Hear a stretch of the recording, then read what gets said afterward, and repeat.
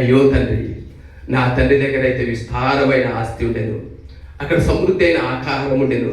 అయ్యో, నేను పడిపోయిన నా జీవితములో, జారిపోయిన నా బ్రతుకులో, ఇక్కడ పందులు తింటున్న ఈ పొట్టును తిరుగుకుంటూ నేను బ్రతుకుతున్నానే.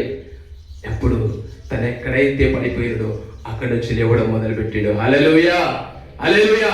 తను ఎక్కడైతే పడిపోయినాడో అక్కడ నుంచి లేవడం మొదలుపెట్టాడు.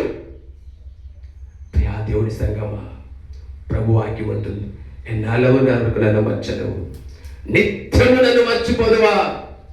స్తోత్ర. కుమిలిపోతున్న మన బ్రతుకు, జారిపోతున్న మన బ్రతుకు, విశ్వాసములో స్థిరత్వము లేని మనసు, విశ్వాసములో పోరాటము లేని మనసు, విశ్వాసములో దేవుని వైపు చూడని మనసు.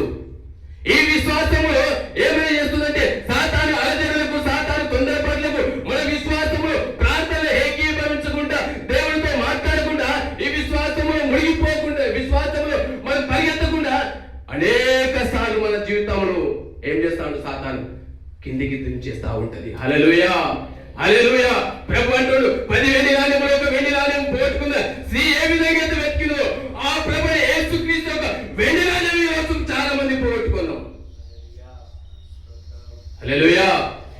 ఈ రోజు చాలా మంది పోగొట్టుకుంటున్నాం. ఆ వెండి నాణెం ఉన్నది అని విశ్వసించలేకపోతున్నాం. ఆ వెండి నాణెము నాతోటే ఉన్నది, ఆ వెండి నాణెము నాతోటే ఉన్నది.